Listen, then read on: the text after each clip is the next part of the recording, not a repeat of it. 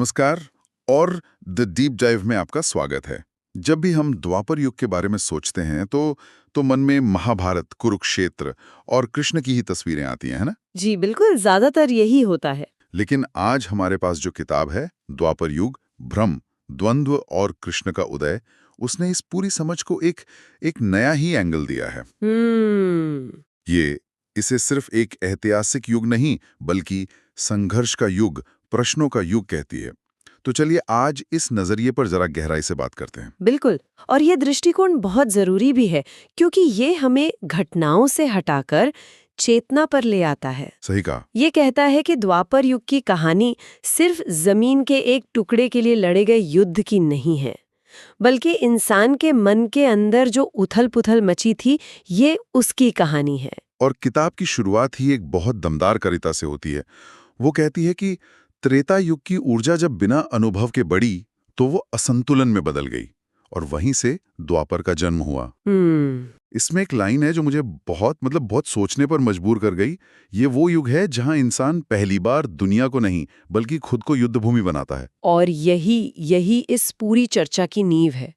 ये एक आईने की तरह है। द्वापर युग ने इंसान के सामने एक ऐसा आईना रख दिया, हाँ। जिसमें वो अपनी सारी कमियों को, अपने भ्रम को, अपने गहरे अहंकार को बहुत साफ साफ देख सकता था। तो ये बाहरी लड़ाई से ज्यादा अंदर की लड़ाई थी। बिल्कुल, अंदरूनी द्वंद्व की कहानी है। तो फिर चलिए इसी अंदरूनी युद्ध के मैदान में उतरते हैं। इस किताब में विष्णु पुराण का एक श्लोक दिया गया है, द्वापरे तु भवेत् धर्मो द्विपादो नृपसक्तम। जी। इसका मतलब बताया गया है कि द्वापर में धर्म सिर्फ दो पैरों पर खड़ा था। ये थोड़ा अजीब लगता है सुनने में। धर्म के चार पैर कौन से होते हैं और ये दो कौन से बचे थे? ये एक बहुत शक्तिशाली एक मेटाफर है। धर्म के चार पैर माने गए हैं: सत्य, दया, शौच और तप। सत्य, दया, शौच और तप। ओके। हाँ, सत्य यानी सच्चाई, दया यानी करुणा, शौच यानी आप कह सकती हैं पवित्रता, अंदर की और बाहर की दोनों, और तप यानी अनुशासन।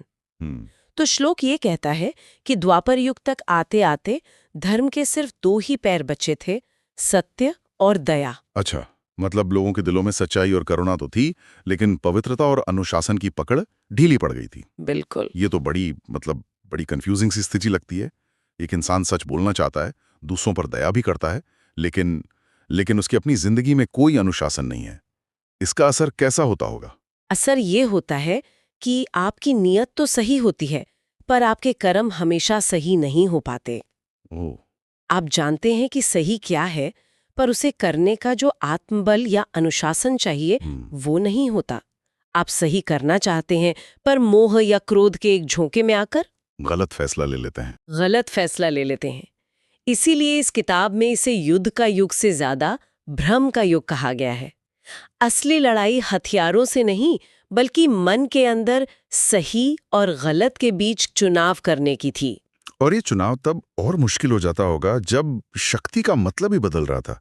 किताब कहती है कि त्रेता में जो शक्ति कर्तव्य थी, वो द्वापर में पहचान बन गई। इस बदलाव को थोड़ा और समझाएंगे? हाँ, ये बहुत बड़ा और बहुत ही सूक्ष्म बदलाव था। देखिए, त्रेता में राम की शक्ति उनके कर्तव्य पालन में थी। सही बात है। वो राजा थे, ये उनकी पहचान से ज्यादा उनका कर्तव्य था। लेकिन द्वापर में शक्ति पहचान का ईगो का प्रतीक बन गई। अच्छा। यहीं से मैं कौन हूं का सवाल उठा। लेकिन जैसा कि किताब इशारा करती है, ये आत्मा का सवाल नहीं था, ये अहंकार का सवाल था।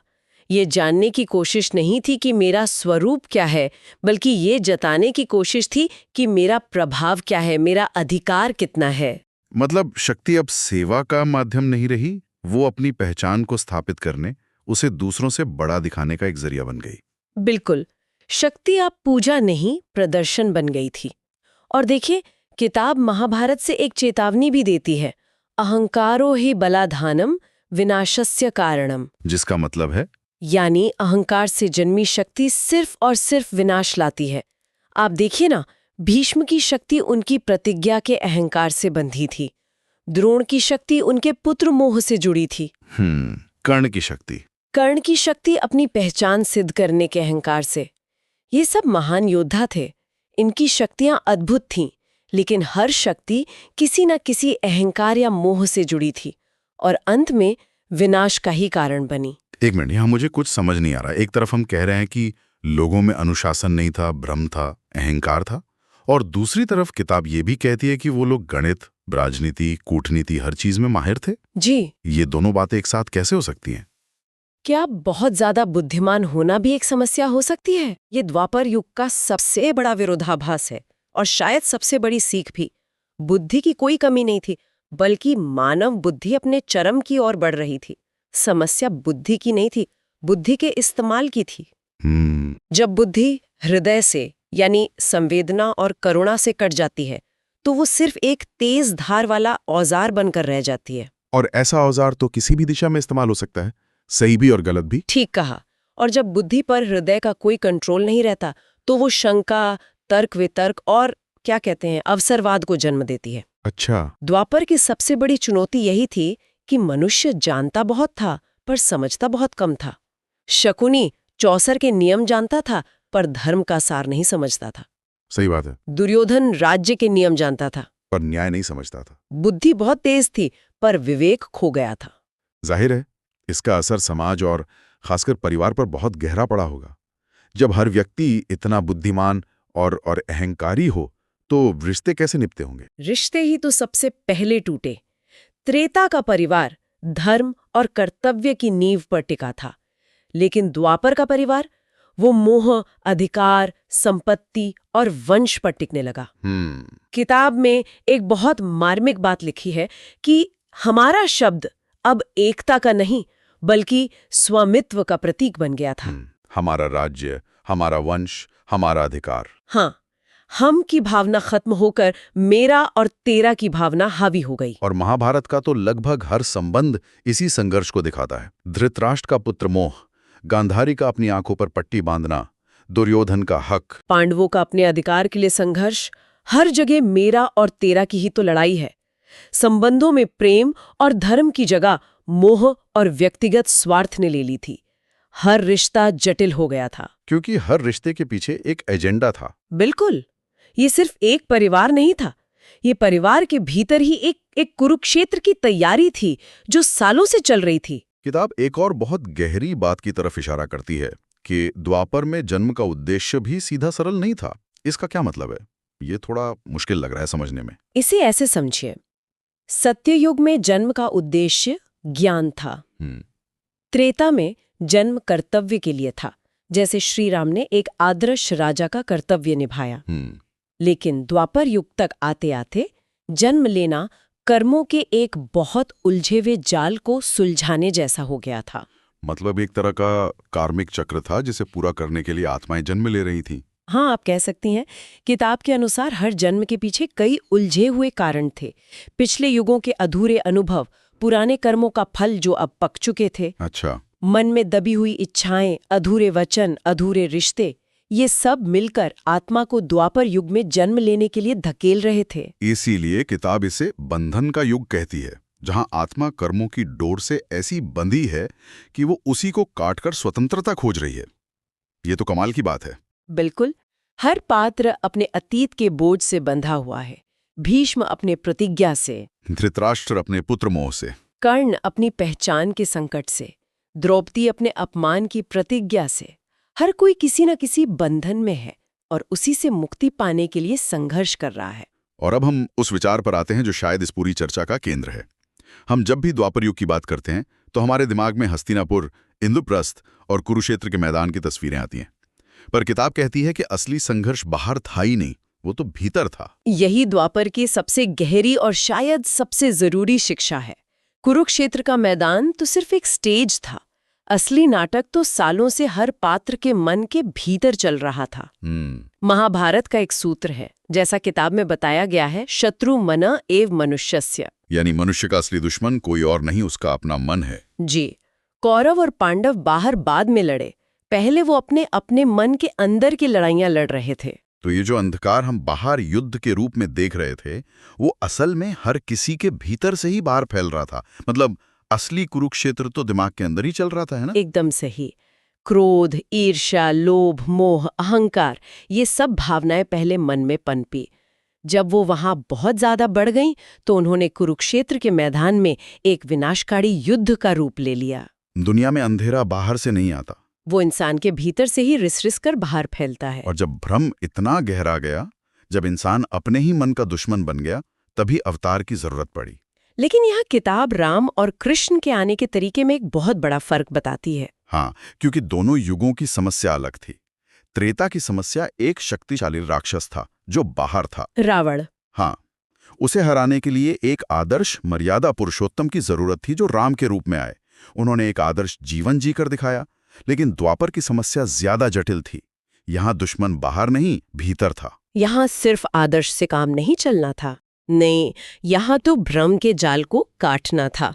यहाँ भ्रम के जाल को काटने के लिए एक ऐसी चेतना की जरूरत थी जो नीति, कूटनीति, बुद्धि और परम सत्य का एक गहरा मिश्रण हो, जो सिर्फ ये ना बताए कि क्या करना चाहिए, बल्कि ये भी समझाएं कि क्यों और कैसे करना चाहिए। और वो चेतना कृष्ण के रूप में प्रकट हुई। जी, वो सिर्फ एक आदर्श नहीं थे, वो एक रणनीतिकार, एक दार्शनिक और एक योगी भी थे। किताब यहाँ एक बात पे जोर देती है कि कृष्ण को केवल एक बाहरी शक्ति या अवतार के रूप में नहीं, बल्कि मनुष्य के भीतर के सत्य के जागरण के रूप में देखना चाहिए। हाँ, क्योंकि कृष्ण हर इंसान के अंदर मौजूद उस विवेक, उस प्रज्ञा का प्रतीक है जो भ्रम के सबसे गहरे क्षणों में सही रास्ता दिखाती है।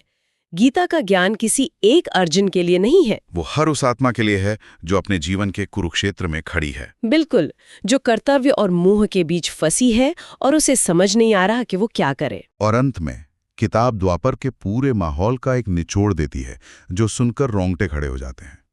वो कहती है कि ये एक ऐसा समय था जहां हर कोई अपनी जगह सही लगता है, पर कोई पूरी तरह सही नहीं है। हर रिश्ता जटिल है, हर व्यक्ति भीतर कुछ और, बाहर कुछ और। इसीलिए तो इसे मानव चेतना का दर्पण कहा गया है। एक ऐसा आईना जिसमें हर दोष, हर कमी, हर पाखंड साफ साफ दिखाई देता है। एक असहज करने वाला आईना, बहुत, जिसमें आत्मा अपनी ही गहरी होती छाया को देखती है।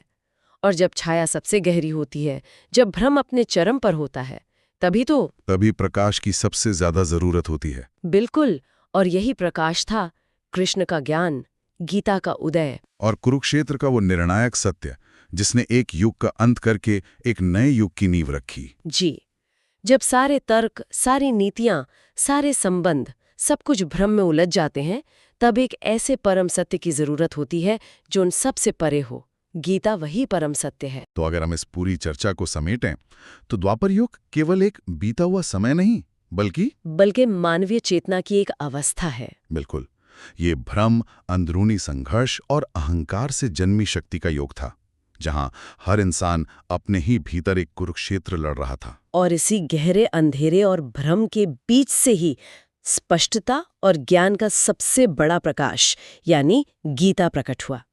ये दिखाता है कि सबसे गहरे सवालों का जन्म सबसे मुश्किल समय में ही होता है। हाँ, जब तक चेतना भ्रम की गहराइयों में नहीं उतरती, तब तक वो ज्ञान के शिखर तक नहीं पहुंच सकती। वाकई, इस नजरिए ने तो द्वापर युग को देखने का तरीका ही बदल दिया। ये हमें आज के समय के बारे में भी बहुत कुछ सोचने पर मजबूर करता है। निश्चित रूप से, इतिहास सिर्फ कहानियों का संग्रह नहीं है, बल्कि चेतना के विकास का नक्शा है।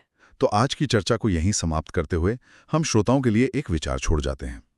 ये सोचने वाली बात है कि क्या हम आज भी व्यक्तिगत और सामूहिक स्तर पर अपने अपने द्वापर युग से नहीं गुजर रहे हैं, जहां हर कोई अपने अपने सच पर अड़ा है, रिश्ते उलझे हुए हैं, बुद्धि बहुत है पर समझ कम है, और असली लड़ाई बाहर से ज्यादा हमारे मन के भीतर चल रही है। आज हम एक ऐसे युग की गहराई में उतर रहे हैं जिसे शास्त्रों में धूसर युग कहा गया है। The grey era. हाँ, द ग्रे एरा। एक ऐसा समय जहां कुछ भी आप कह सकती हैं 100% सही नहीं था और ना ही कुछ 100% गलत था। सब कुछ मिला जुला सा, उलझा हुआ। और शायद यही इसकी सबसे बड़ी चुनौती थी। ये वो दौर था जब सत्य और असत्य वो आपस में इतने घुल मिल गए थे कि उन्हें अलग कर पाना लगभग नामुमकिन हो गया था। बिल्कुल, जैसे दूध में पानी मिल जाए। हाँ, आप देखकर बता नहीं सकते। सही बात है। हमारे पास जो स्रोत हैं, वो द्वापर युग को सिर्फ एक ऐतिहासिक समय की तरह नहीं देखता। वो इसे मानव चेतना की एक बहुत ही जटिल और गहरी अवस्था मानता है। इसकी पहली कुछ लाइनें ही मतलब पूरा माहौल सेट कर देती हैं। लिखा है, द्वापर युग वो समय है जहां मानव पहली बार काले सफेद की दुनिया छोड़कर धूसर सत्य में प्रवेश करता है। वाह। तो आज का हमारा मकसद इसी धूसर युग की परतों को खोलना है और ये समझना है कि ये इंसान के विवेक की सबसे बड़ी परीक्षा का दौर क्यों बना। ये पड़ताल दिलचस्प इसलिए भी होगी क्योंकि द्वापर युग का संघर्ष, जैसा कि स्रोत बताता है, वो बाहरी दुनिया से कहीं ज्यादा इंसान के मन के भीतर का संघर्ष था। अच्छा। हाँ, ये हमें सिखाता है कि जब रिश्ते, धर्म और कर्तव्य ये सब आपस में उलझ जाते हैं तो सही और गलत के बीच की लकीर कितनी धुंधली पड़ सकती है।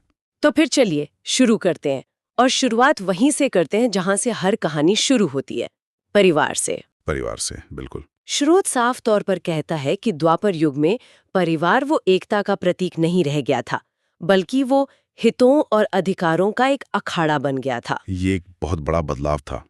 मतलब हर रिश्ते के ऊपर एक और परत चढ़ गई थी। कैसी परत?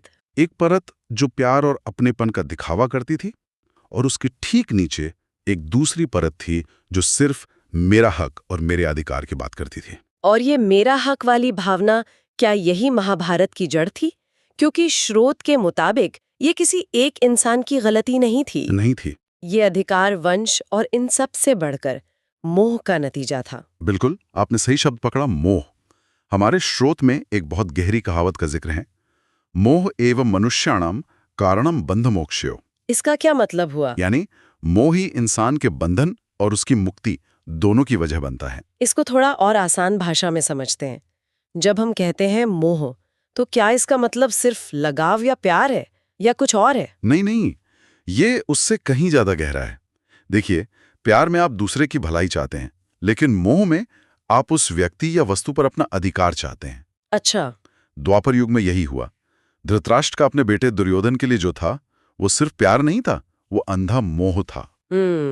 और उस मोह ने मेरे बेटे का अधिकार वाली भावना को जन्म दिया, और उसी अधिकार की लड़ाई ने पूरे वंश को तबाह कर दिया। मतलब ये सिर्फ एक पिता पुत्र की कहानी नहीं थी? बिल्कुल नहीं, ये तो वंश की राजनीति में बदल चुका था। सवाल अब ये नहीं था कि सही क्या है, सवाल बन गया था हमारे वंश के लिए क्या सही है। सही बात है। इसी एक सोच ने सिंहासन की दौड़ शुरू की और रिश्तों में वो दरारें पैदा कर दी जो कभी भर नहीं पाईं। द्रोणाचार्य का मोह अपने बेटे अश्वत्थामा के लिए था, कर्ण का मोह अपनी दोस्ती और वचन के लिए था।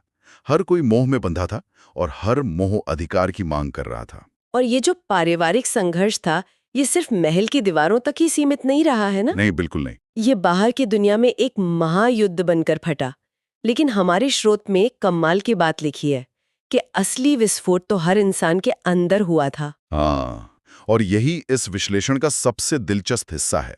हम सब महाभारत को कौरवों और पांडवों के बीच जमीन की लड़ाई के तौर पर जानते हैं। हाँ, यही जानते हैं। लेकिन ये स्रोत कहता है कि ये आत्मयुद्ध का महाग्रंथ है। आत्मयुद्ध का महाग्रंथ। इस एक लाइन ने मेरे लिए तो पूरी कहानी का मतलब ही बदल दिया।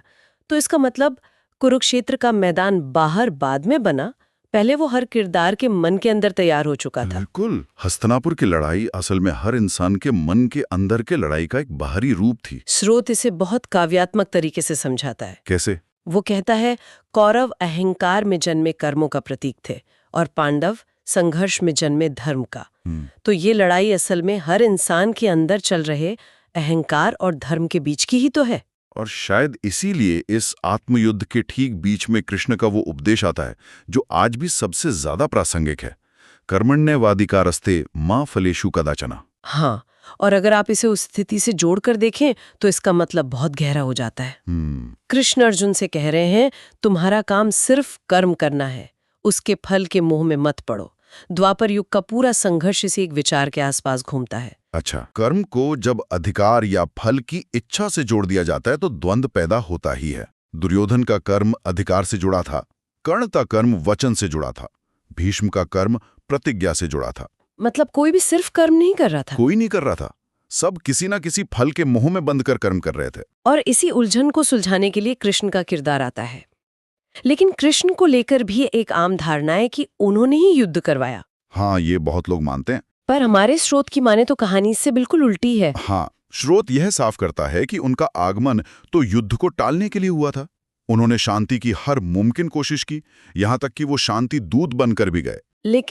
लेकिन जब इंसान का झुकाव अंधकार की तरफ बहुत ज्यादा हो जाए तो क्या ईश्वर भी कुछ नहीं करते?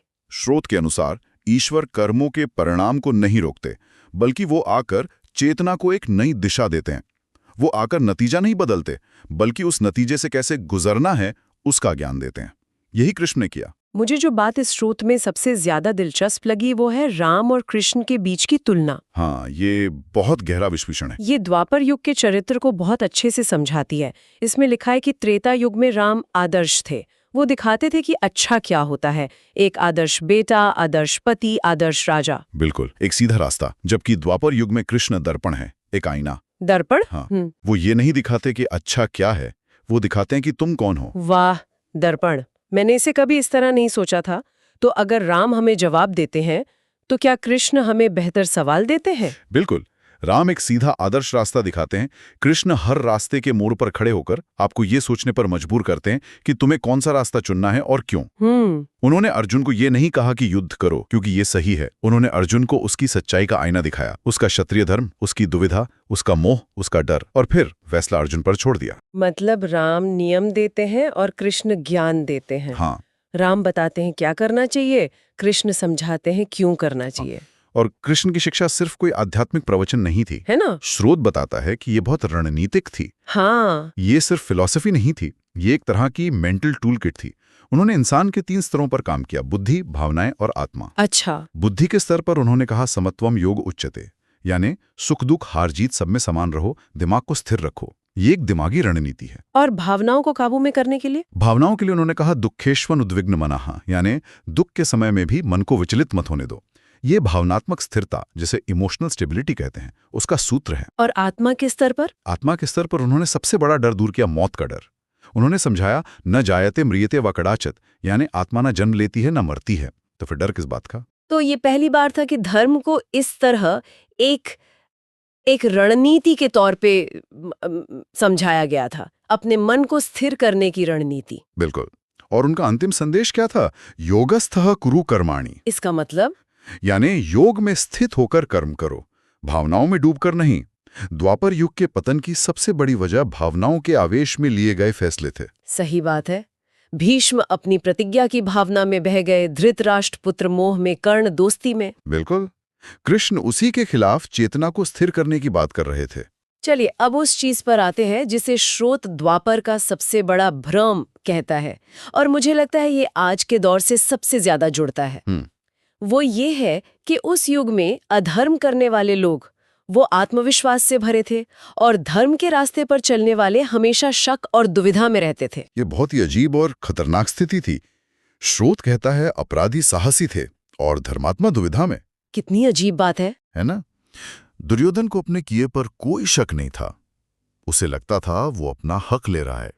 लेकिन युधिष्ठिर, जिन्हें धर्मराज कहा जाता है, वो हर कदम पर दुविधा में थे। क्या मैं सही कर रहा हूं? कहीं मुझसे कोई गलती तो नहीं हो रही? ऐसा क्यों था? मतलब ऐसा उल्टा क्यों हो रहा था? क्योंकि सत्य की जगह तर्क ने ले ली थी।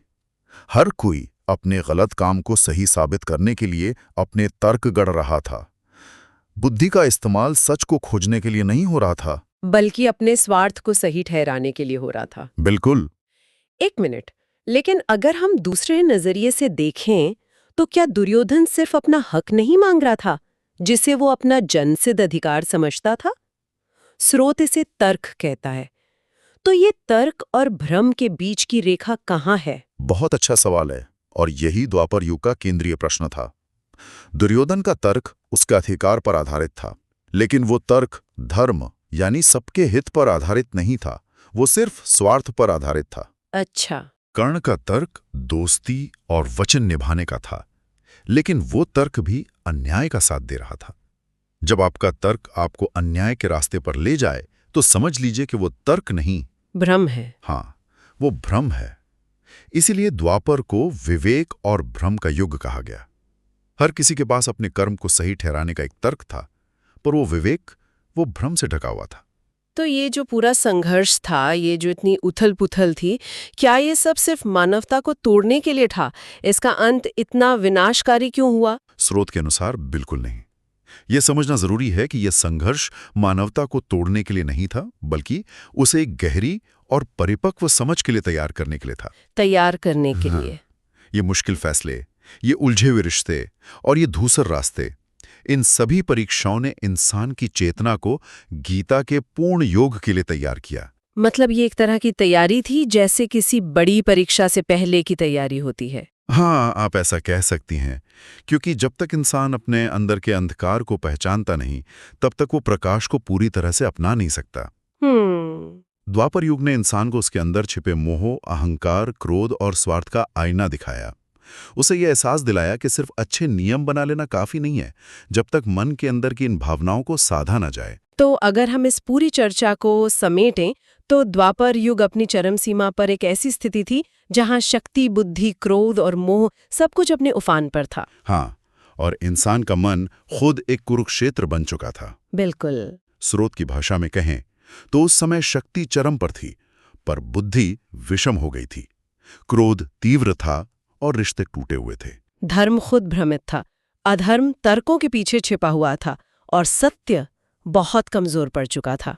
और यही वो पृष्ठभूमि थी। हाँ, यही वो मंच था जिस पर इतिहास ने सबसे बड़ी करवट ली और कुरुक्षेत्र के मैदान से गीता का ज्ञान पूरी मानवता के लिए प्रकट हुआ। आज की इस गहरी पड़ताल से ये तो साफ है कि द्वापर युग सिर्फ एक पौराणिक कहानी नहीं है। नहीं है। ये मोह, अधिकार, आत्मयुद्ध और विवेक के बीच का एक ऐसा संघर्ष है जो हमेशा चलता रहता है। ये चेतना की एक यात्रा है, जहां सही और गलत के बीच चुनाव करना सबसे मुश्किल हो जाता है। ये सिर्फ एक युग की कहानी नहीं, बल्कि हर उस इंसान की कहानी है जो अपनी जिंदगी में कभी ना कभी ऐसे धूसर मोड़ पर आके खड़ा होता है, जहां कोई भी रास्ता साफ साफ सही या गलत नहीं दिखता। और यहीं पर मैं आज की बातचीत को एक आखिरी विचार के साथ छोड़ना चाहूंगी। स्रोत के अनुसार द्वापर युग में हर इंसान अपने भीतर दो आवाजें सुनता था, एक धर्म की और दूसरी अहंकार की। सोचने वाली बात यह है कि आज के आधुनिक युग में जब फैसले उतने ही जटिल और रास्ते उतने ही धूसर हैं, तब हमारे भीतर की ये दो आवाजें किस रूप में प्रकट होती हैं? आज हम दो युगों के संधि काल की पड़ताल करेंगे, मतलब द्वापर युग का अंत और कलयुग का जन्म। हाँ, और हमारे पास जो स्रोत है वो इसे किसी ऐतिहासिक घटना की तरह नहीं देखता। नहीं, बिल्कुल नहीं। वो इसे एक बहुत गहरी मनोवैज्ञानिक और आध्यात्मिक यात्रा की तरह दिखाता है। बिल्कुल। तो हमारा मकसद आज ये समझना है कि एक युग, इतना महान युग, आखिर क्यों समाप्त हुआ और उसकी राख से दूसरे युग ने जन्म कैसे लिया। और ये पड़ताल जरूरी है क्योंकि स्रोत हमें इतिहास के पन्नों से निकालकर सीधे इंसान के मन के अंदर ले जाता है। ये सिर्फ राजाओं और युद्धों की कहानी नहीं है। ये अहंकार, धर्म, दुविधा और अंत में एक थकी हुई मानवता की कहानी है। एक तरह से कहें तो ये उस पूरे युग का एक साइकोलॉजिकल पोस्टमार्टम है। बिल्कुल, साइकोलॉजिकल पोस्टमार्टम, ये शब्द एकदम सही है। स्रोत की शुरुआत ही एक बहुत शक्तिशाली चित्र से होती है। द्वापर युग वो अपनी चरम सीमा पर है, मतलब शक्ति, बुद्धि, समृद्धि, कला, सब कुछ अपने शिखर पर है। हाँ, बिल्कुल। लेकिन इसी चमक के नीचे एक अंधेरा भी घना हो रहा है। मोह, ईर्ष्या, अहंकार, ये भी अपनी चरम सीमा पर पहुंच चुके हैं। और धर्म का क्या हुआ? स्रोत कहता है कि धर्म कमजोर है, थका हुआ है, घायल है। ठीक वैसे ही जैसे तूफान से पहले आसमान का नीला रंग भी बेचैन हो जाता है ना, वैसे ही द्वापर का प्रकाश अब अंधकार के किनारे पर कांप रहा था। तो चलिए इस कहानी को खोलते हैं। हाँ, और कहानी की शुरुआत होती है एक बहुत ही बुनियादी सवाल से। इतना महान युग आखिर गिरा कैसे? इसका पतन हुआ क्यों? और स्रोत इसका जवाब किसी युद्ध या किसी साजिश में नहीं ढूंढता। वो एक बहुत दिलचस्प बात कहता है। द्वापर युग की असली बर्बादी वो किसी बाहरी दुश्मन से नहीं हुई। अच्छा। वो हुई अहंकार के पूर्ण जागरण से। एक ऐसी स्थिति जहां हर व्यक्ति, हर पक्ष, हर विचार वो चीख कर कहने लगा, मैं सही हूं। जबकि धर्म एक कोने में खड़ा धीरे से पूछा था, मैं क्या हूं? ये बहुत गहरा अंतर है। स्रोत के अनुसार सत्य का प्रश्न हमेशा होता है, मैं कौन हूं, लेकिन अहंकार का प्रश्न हमेशा होता है, मेरा क्या है। मेरा क्या है? हाँ। तो जब समाज में हर कोई अपने अधिकार, अपनी संपत्ति, अपनी विचारधारा, अपने सही होने की जिद पर अड़ जाता है, तो जो सामूहिक धर्म है वो पीछे छूट जाता है। सही बात है। जब मैं और मेरा धर्म और सत्य पर भारी पड़ जाते हैं तो युग का चक्र टूटने लगता है। द्वापर का संकट यही था, हर कोई अपनी व्याख्या को ही अंतिम सत्य मान बैठा था। ये तो आज के दौर में भी बहुत रेलेवेंट लगता है, जहां हर कोई अपने अपने सच को लेकर लड़ रहा है। बिल्कुल, ये इंसान के मन का शाश्वत संघर्ष है और इसी संघर्ष ने उस युद्ध क्षेत्र को जन्म दिया जिसे हम कुरुक्षेत्र के नाम से जानते हैं। और यहीं पे बात और भी गहरी हो जाती है। हम तो कुरुक्षेत्र को हरियाणा में एक जमीन का टुकड़ा समझते हैं। हाँ, एक बैटलफील्ड। लेकिन स्रोत कहता है कि असली बैटलफील्ड तो कहीं और ही था। वो एक श्लोक का जिक्र करता है, क्षेत्रम नाम शरीरम कुरु नाम कर्माणि। इसका क्या मतलब हुआ? यानी ये शरीर ही कुरुक्षेत्र है और हमारे कर्म ही वो युद्ध हैं जो इसके भीतर लड़े जाते हैं। हाँ, ये एक क्रांतिकारी विचार है। हाँ, इसका मतलब तो ये हुआ कि हस्तिनापुर का बंटवारा या इंद्रप्रस्थ की मांग, ये सब तो सिर्फ बाहरी लक्षण थे। सिम्टम्स। एग्जैक्टली। असल युद्ध तो बहुत पहले शुरू हो चुका था, इंसानों के मन के अंदर। भीष्म के मन में प्रतिज्ञा और कर्तव्य के बीच, हाँ द्रोण के मन में निष्ठा और पुत्रमोह के बीच, धृतराष्ट्र के मन में न्याय और अंधे प्रेम के बीच। स्रोत कहता है कि टूटे हुए रिश्ते, बटे हुए राज्य, भ्रमित बुद्धि, ये सब उस आंतरिक युद्ध के बाहरी परिणाम थे। तो बाहरी युद्ध तो बस उस आग का धुआं था जो सबके भीतर जल रही थी। बिल्कुल, यही तो स्रोत का नजरिया है। ये पूरी महाभारत को एक मनोवैज्ञानिक नाटक के रूप में देखता है। अच्छा। जहां हर पात्र हमारे अपने मन के किसी ना किसी हिस्से का प्रतिनिधित्व कर रहा है। कोई हमारा अहंकार है, कोई हमारा विवेक, कोई हमारा मोह और कोई हमारी दुविधा। और इस आंतरिक संघर्ष का, इस दुविधा का सबसे बड़ा प्रतीक शायद अर्जुन है। हाँ, स्रोत कहता है कि युद्ध के मैदान में एक पल में अर्जुन के मन में जो हुआ, वही सूक्ष्म रूप में पूरे द्वापर युग में हो रहा था। अर्जुन का वो प्रसिद्ध सवाल, किम नो राज्येन गोविंद किम भोगैर जीवितेन वा। हाँ। मतलब, हे गोविंद, इस राज्य या इन सुखों का क्या अर्थ है? ये किसी एक व्यक्ति का नहीं, बल्कि पूरे युग का केंद्रीय प्रश्न था। बिल्कुल। वो युग अपनी भौतिक और बौद्धिक ऊंचाइयों पर पहुंचकर यही पूछ रहा था कि इस सब का आखिर मतलब क्या है। ये बहुत महत्वपूर्ण पॉइंट है। अर्जुन उस पूरी सभ्यता का प्रतिनिधि बन गया था जिसने सब कुछ हासिल कर लिया था, शक्ति, ज्ञान, वैभव, और फिर अचानक सब कुछ अर्थहीन लगने लगा। हाँ, बिल्कुल। यही उस युग की केंद्रीय दुविधा थी। हर कोई अपने रिश्तों, अपनी निष्ठाओं, अपने धर्म, सबको लेकर भ्रमित था।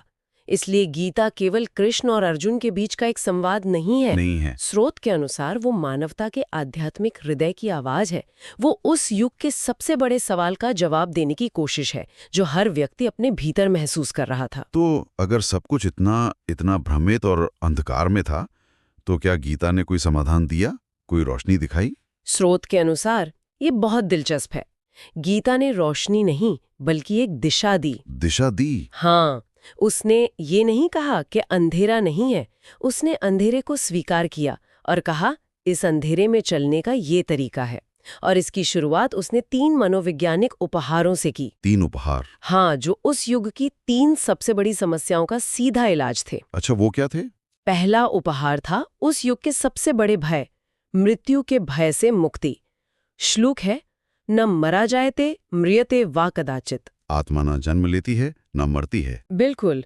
सोचिए, उस युग का अंधकार इंसान को शरीर में बांध रहा था। हर कोई अपने भौतिक अस्तित्व, अपने मान अपमान, अपने जीवन मृत्यु के भय से घिरा हुआ था। गीता ने इस भय की जड़ पर प्रहार किया और याद दिलाया कि तुम केवल ये शरीर नहीं हो, तुम्हारी असलियत अविनाशी है। ये एक बहुत बड़ा मनोवैज्ञानिक सहारा था। ये तो समझ आता है। मृत्यु का भय ही तो सारे संघर्षों की जड़ में होता है। और दूसरा उपहार? दूसरा उपहार था स्थिरता का। योगस्थ कुरु कर्माणि, मतलब भावनाओं में डूबकर नहीं, स्थिर होकर कर्म करो। स्थिर होकर? हाँ, और ये उस युग की सबसे बड़ी समस्या का सीधा समाधान था। लोग क्रोध, भय, मोह, अहंकार, इन सब की लहरों में बह रहे थे। इसका कोई उदाहरण दे सकते हैं स्रोत से? हाँ, बिल्कुल। सबसे बड़ा उदाहरण है युधिष्ठिर का जुआ खेलना। वो कर्म, वो क्रोध या लोभ में नहीं किया गया था, नहीं, बल्कि धर्म और वचन के नाम पर एक भावनात्मक दबाव में किया गया था। वो उस समय योगस्थ नहीं थे, वो भावनाओं के प्रवाह में बह गए और और परिणाम विनाशकारी हुआ। चाहे वो द्रौपदी का अपमान हो या धृतराष्ट्र का पुत्र मोह, हर बड़ा विनाशकारी निर्णय भावनाओं के आवेश में लिया गया था। गीता ने कहा कि भावनाओं को महसूस करो, लेकिन उनके दास मत बनो। अपने केंद्र में स्थिर रहो और फिर कर्म करो। ये उस युग के लिए क्रांतिकारी विचार था। बिल्कुल। और तीसरा उपहार? तीसरा उपहार शायद सबसे प्रसिद्ध है और सबसे ज्यादा गलत समझा जाने वाला भी। कर्मण्येवाधिकारस्ते मा फलेषु कदाचन। कर्म करो, फल की चिंता मत करो। ये तो हम सब ने सुना है। हाँ, पर स्रोत इसे एक अलग नजरिए से देखता है। किस नजरिए से? वो कहता है कि यही वो श्लोक है जो द्वापर युग के मूल रोग, यानी मेरा क्या है, हाँ बिल्कुल, उस सोच की जड़ पर प्रहार करता है। द्वापर युग का हर कर्म फल की इच्छा से बंधा था। मुझे राज्य चाहिए, मुझे सम्मान चाहिए, मुझे बदला लेना है। ये फल की इच्छा ही सारे दुखों का कारण थी। गीता ने कहा कि तुम्हारा अधिकार केवल कर्म पर है, फल पर तुम्हारा नियंत्रण है ही नहीं। यह कहकर उसने इंसान को परिणाम के बोझ से मुक्त कर दिया, जो उस पूरे युग पर एक भारी चट्टान की तरह हावी था। तो गीता ने दिशा दिखा दी। बिल्कुल। लेकिन युद्ध तो फिर भी हुआ और बहुत भयंकर हुआ। तो सवाल उठता है कि कुरुक्षेत्र में असल में किसकी जीत हुई? और स्रोत का जवाब चौंकाने वाला है। किसी की नहीं। किसी की नहीं। और ये एक बहुत ही परिपक्व दृष्टिकोण है। आमतौर पर हम इसे धर्म और अधर्म के बीच की एक साफ लड़ाई के रूप में देखते हैं। पांडव अच्छे, कौरव बुरे। हाँ, लेकिन हम तो हमेशा यही सुनते आए हैं कि ये धर्म की अधर्म पर विजय थी। स्रोत इस धारणा को चुनौती देता है। वो कहता है कि यह धर्म और अधर्म की सीधी लड़ाई नहीं थी। अच्छा। यह धर्म का अपनी दुविधाओं के साथ और अधर्म का अपने मोह के साथ टकराव था। ये मानव की असुरक्षा, उसकी गलतियों और उसकी जटिल मनोवृत्तियों का एक विशाल प्रदर्शन था। मतलब कोई भी पक्ष पूरी तरह सही या पूरी तरह गलत नहीं था? बिल्कुल नहीं। कोई भी पक्ष दूध का धुला नहीं था। पांडवों में भी अहंकार और प्रतिशोध की भावना थी, और कौरवों में भी कुछ गुण थे, जैसे कर्ण की मित्रता। ये सही गलत की नहीं, बल्कि दो अलग अलग तरह की अपूर्णताओं की लड़ाई थी। इसलिए कुरुक्षेत्र में किसी की जीत नहीं हुई, केवल एक युग का अंत हुआ। और जैसा कि स्रोत कहता है, अगला युग हमेशा पिछले युग की कमजोरियों और गलतियों से ही जन्म लेता है। अगर हम इसे बड़े पर्सपेक्टिव में देखें तो युद्ध का अंत किसी की जीत नहीं, बल्कि एक पूरी पीढ़ी, एक पूरी सोच का अंत था। और जो कुछ बचा वो केवल राख, पछतावा और एक गहरा खालीपन था। स्रोत इस अंत का एक बहुत ही मार्मिक दृश्य खींचता है। वो कहता है कि युद्ध के बाद मानवता के खंडहरों से 3 चीखें सुनाई दी। 3 चीखें? हाँ। पहली चीख थी, मैं सही था। ये अहंकार की चीख थी जो मरने के बाद भी जीवित थी। दूसरी चीख थी, मैं गलत था। ये पछतावे की चीख थी जो बहुत देर से आई। और तीसरी सबसे भयानक चीख थी, अब क्या बचा।